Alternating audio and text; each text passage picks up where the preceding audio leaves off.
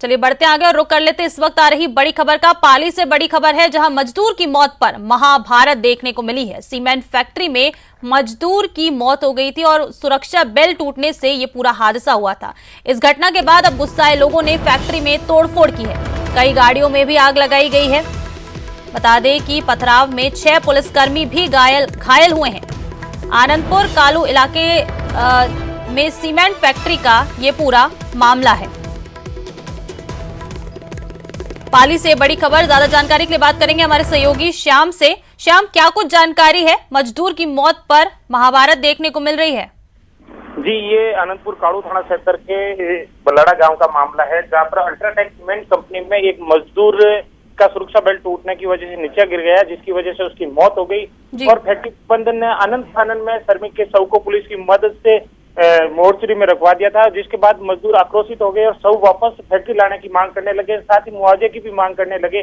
मामला तूल पकड़ता गया। इसको लेकर फैक्ट्री प्रबंधन के जो सिक्योरिटी गार्ड था उसने फायरिंग कर दी, जिसके बाद ये मामला तूल पकड़ लिया और आक्रोशित श्रमिकों ने फैक्ट्री में तोड़फोड़ की, गाड़ियों को आग के हवाले कर दिया। सूचना पर पुलिस भी मौके पर पहुंची, जिसके दोनों मजदूरों द्वारा पथराव किया, जिससे आधा दर्जन के करीब पुलिसकर्मी भी चोटिल हुए। और इनके घटना की सूचना बढ़ने मामला बवाल होने के बाद में पुलिस अधीक्षक गगनदीप सिंगला, जिला कलेक्टर नमित मेहता भी मौके पर पहुंचे हैं, जो दोनों पक्षों से लगातार बातचीत कर रहे हैं और समझाइश का प्रयास किया जा रहा है। हालांकि मजदूरों की ओर से एक ही मांग की जा रही है कि जो श्रमिक का जिसकी मौत हुई है उसका शव जो अस्पताल में रखाया गया है उनकी सूचना के बगैर, उसे वापस फैक्ट्री में लाया जाए और उसके बाद आगे की बातचीत करने पे वो सहमत होंगे। जी, चलिए श्याम, बहुत शुक्रिया आपका इस तमाम जानकारी के लिए।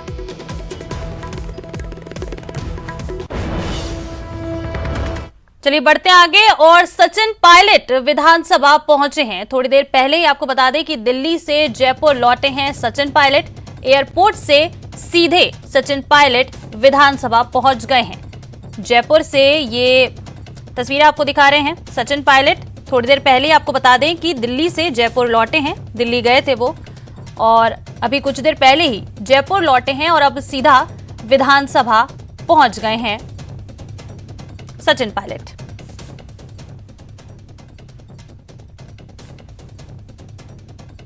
जयपुर एयरपोर्ट से बता दें कि सीधे सचिन पायलट विधानसभा की तरफ ही आए हैं।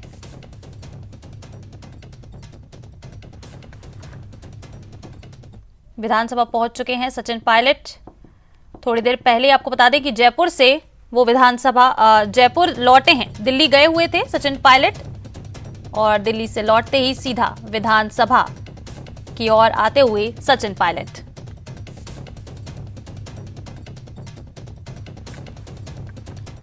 बढ़ते आगे और जयपुर नगर निगम ग्रेटर की मेयर सौम्या गुर्जर को आज सुप्रीम कोर्ट से बड़ा झटका लगा है। राज्य सरकार की ओर से सुप्रीम कोर्ट जो न्यायिक जांच रिपोर्ट पेश की थी उसे कोर्ट ने सही मानते हुए सरकार को कार्रवाई के लिए स्वतंत्र कर दिया है। हालांकि कोर्ट ने कार्रवाई 2 दिन बाद यानी 25 सितंबर बाद ही करने के निर्देश दिए हैं। मामले में अब अगली सुनवाई सोमवार को होगी। सुप्रीम कोर्ट के इस फैसले के बाद अब संभावना है कि 26 सितंबर को कोर्ट के आदेशों की रिटर्न कॉपी मिलने के बाद सरकार सौम्या गुर्जर को किसी भी समय पद से बर्खास्त कर सकती है।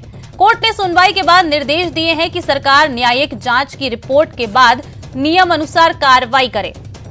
कोर्ट ने सरकार को कहा वो 2 दिन इस मामले में कोई कार्यवाही नहीं करें।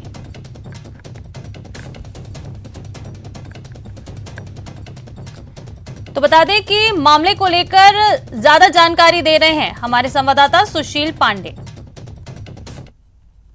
की मेयर सौम्या गुर्जर के निलंबन के मामले पर सुप्रीम कोर्ट में अहम सुनवाई हुई। मामले की सुनवाई के दौरान राजस्थान सरकार ने अपनी न्यायिक रिपोर्ट कोर्ट के समक्ष पेश की। मामले की सुनवाई के दौरान सुप्रीम कोर्ट ने राजस्थान सरकार को ये कहा कि वो सौम्या गुर्जर को लेकर कानून के मुताबिक जो कार्रवाई है वो कर सकते हैं, लेकिन सौम्या गुर्जर की तरफ से पेश वकील ने कहा कि वो इस न्यायिक जांच के आदेश को फिलहाल चुनौती देना चाहते हैं। लिहाजा सुप्रीम कोर्ट ने राजस्थान सरकार को 2 दिन तक सौम्या गुर्जर के खिलाफ किसी भी तरीके से कार्रवाई करने से मना कर दिया है। वहीं अब इस पूरे मामले की सुनवाई सोमवार को होगी। हालांकि सौम्या गुर्जर के खिलाफ ये मामला राजस्थान में पहले चला।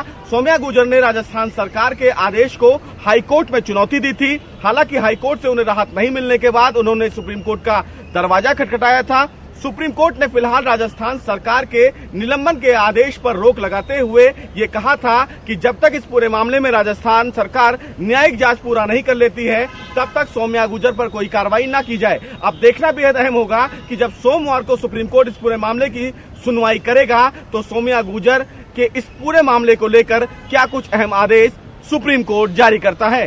कैमरामैन अंकित जैन के साथ सुशील पांडे, न्यूज़ 18 दिल्ली। सूबे में शिक्षकों की कमी का अंदाजा इसी बात से लगाया जा सकता है कि आए दिन इनकी कमी के चलते किसी न किसी स्कूल में बच्चे विरोध में ताला लगाकर प्रदर्शन कर रहे हैं। ताजा तस्वीरें आई हैं राजसमंद जिले के खमनौर उपखंड से, जहां के राजकीय उच्च माध्यमिक विद्यालय सतलेवा में शिक्षकों की कमी से नाराज विद्यार्थियों ने आज स्कूल के गेट पर ताला जड़ दिया। वो धरने पर बैठ गए हैं। उनकी मांग है कि स्कूल को शिक्षक मिले और जब तक उनकी मांगे पूरी नहीं होंगी वो धरने से नहीं उठेंगे। विद्यार्थियों का आरोप है कि पिछले 1 महीने से वो अधिकारियों से गुहार लगा रहे हैं कि स्कूल में शिक्षक लगा दिया जाए, लेकिन उनकी बातों को किसी ने तवज्जो नहीं दी। इससे नाराज होकर आज उन्होंने स्कूल के मुख्य द्वार पर ताला लगा दिया और बाहर धरने पर बैठ गए। बता दें, स्कूल केवल एक प्रधान अध्यापक और एक स्थायी शिक्षक के भरोसे ही चल रहा है। उसको बीएलओ का कार्य भी दे रखा है। वो आधार कार्ड और अन्य कार्रवाई के लिए गांव में घूमते रहते हैं। प्रदर्शन की सूचना पर शिक्षा विभाग के सीबीईओ भी मौके पर पहुंचे हैं, लेकिन विद्यार्थी शिक्षक लगाने पर ही प्रदर्शन खत्म करने की मांग पर अड़े हुए हैं।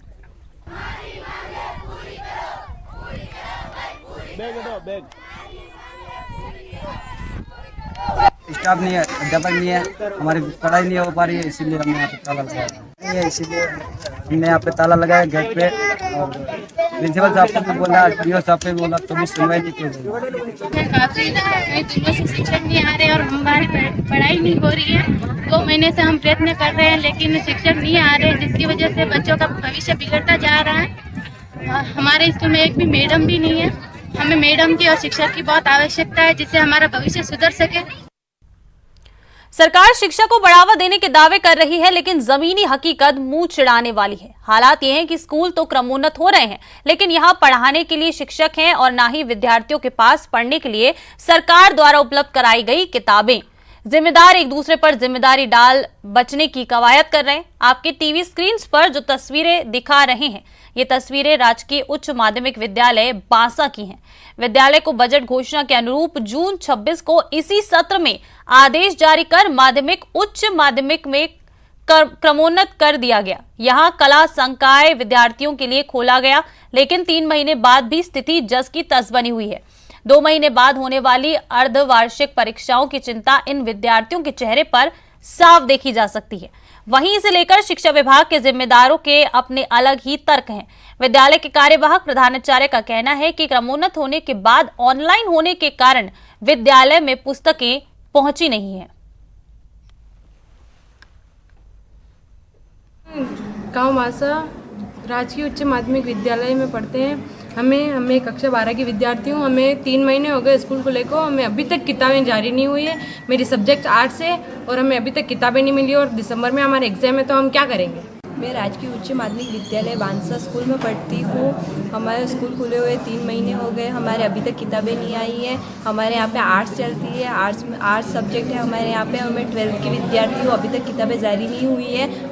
हाँ, हमारा गांव में 12वीं तक स्कूल हो गया वैसे, लेकिन सरकार ने कुछ सुनवाई नहीं की है और बच्चे के पढ़ने के लिए किताबें भी उपलब्ध नहीं है और उसमें गांव वालों का कोई रोल नहीं है। जो टीचर वगैरह हैं ये भी कोशिश नहीं कर रहे हैं उसमें। स्थानीय विद्यालय में बालकों की जो पुस्तकों की समस्या है, उसके तहत ऑनलाइन सिस्टम में नहीं आने की वजह से नहीं प्राप्त हुई है। साथ ही सीडीओ साहब से फ़ोन पे वार्ता हुई, उसके अनुसार सप्ताह भर में पुस्तकें दिलाने का आश्वासन मिला है। राजकीय उच्च माध्यमिक बांसा सर पहले सेकेंडरी स्कूल था और बाद में ये सीनियर सेकेंडरी स्कूल बना है।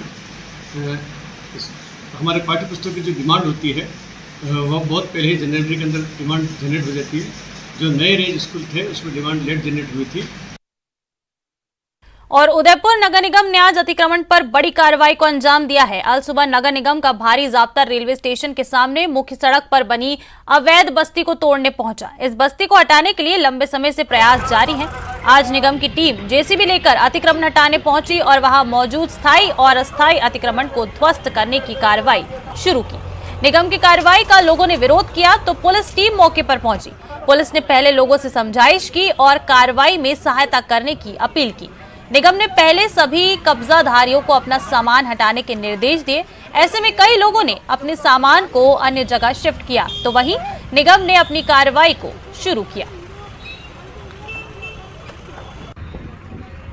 और कोटा के रावत भाटा में एक महिला से सामूहिक दुष्कर्म का मामला सामने आया है। महिला के भाई ने बताया कि आरोपी महिला को मजदूरी दिलाने के बहाने जंगल में ले गए। वहां उन्होंने महिला को जबरदस्ती शराब पिलाई। इसके बाद उन्होंने महिला के साथ सामूहिक दुष्कर्म किया। पुलिस ने इस मामले में 3 आरोपियों को गिरफ्तार किया है। इनमें एक महिला भी शामिल है। गिरफ्तार महिला ही पीड़िता को मजदूरी दिलाने के नाम पर जंगल की तरफ से लेकर गई, जहां पर अन्य आरोपियों ने शराब पिलाकर पीड़िता के साथ दुष्कर्म किया।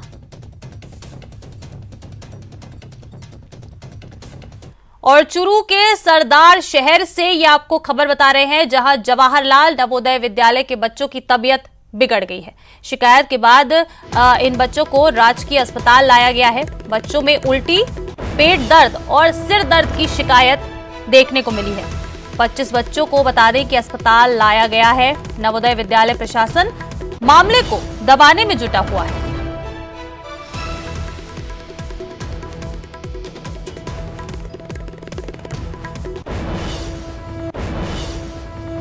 बढ़ते आगे और राजधानी जयपुर में वाहन चोरी के मामले सामने आ रहे हैं। इसके साथ ही सूने मकानों में भी सेंधमारी कर नकबजनी करने वाली एक गैंग पकड़ी गई है। विद्यानगर थाना पुलिस ने इस गैंग के 5 बदमाशों को गिरफ्तार किया है। उनके कब्जे से चोरी की 9 मोटरसाइकिलें और 8 वारदातों में चुराए गए आधा किलो से ज्यादा चांदी के बर्तन और ज्वेलरी बरामद की गई है।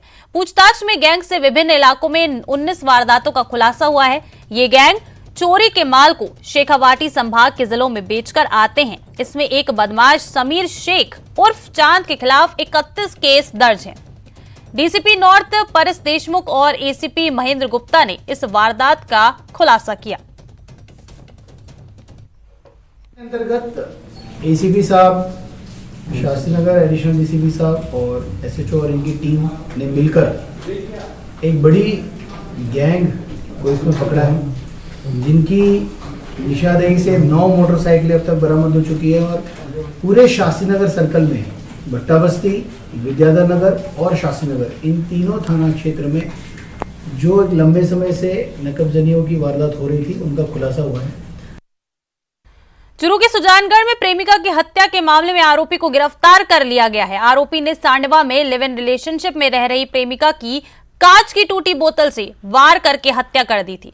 पुलिस ने आरोपी को सांडवा से ही गिरफ्तार किया है। फिलहाल पुलिस आगे के मामले की जांच में जुटी हुई है।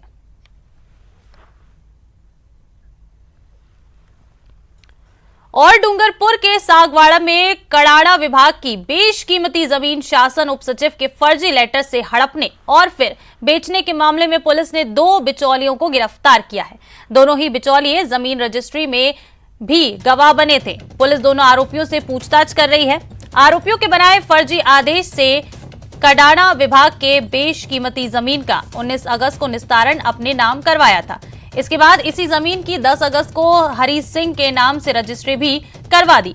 बाद में जांच के दौरान उप शासन सचिव के नाम जारी आदेश के फर्जी होने का पता लगा, जिस पर सागवाड़ा पुलिस ने केस दर्ज किया और जांच शुरू की।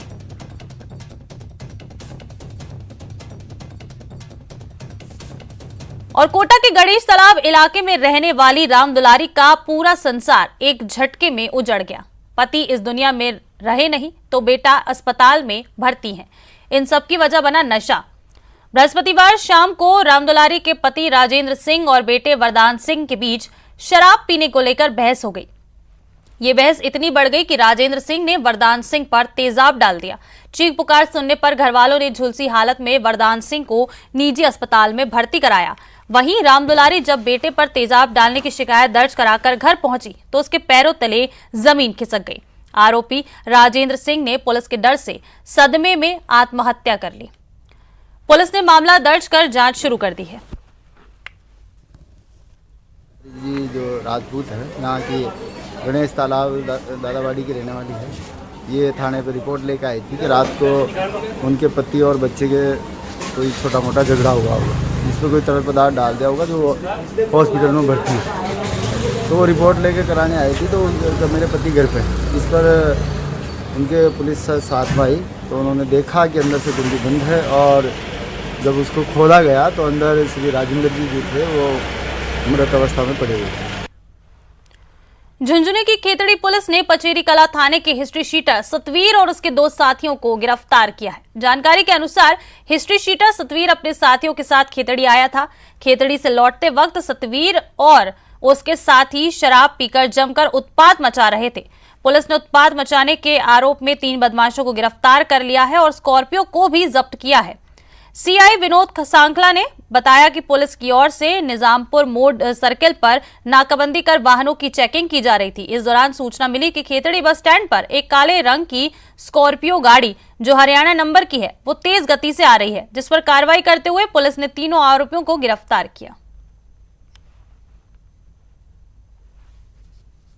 गश्त के दौरान एक व्यक्ति जो कि पचेरी थाने का एचएस है, पहले भी कई संगीन वारदातों में संलिप्त रहा है, वो और एक कोई दूसरा प्रदीप और कुक्कू, एक तीसरा एक ब्लैक स्कॉर्पियो जो हरियाणा नंबर थी, उसको लेकर के यहाँ हमको यहाँ मिले और वो उत्पात मचा रहे थे, झगड़ा कर रहे थे। जानकारी की तो उनके पुराना रिकॉर्ड देखा तो आपराधिक किस्म के थे, तो उनको हमने 151 बंद किया।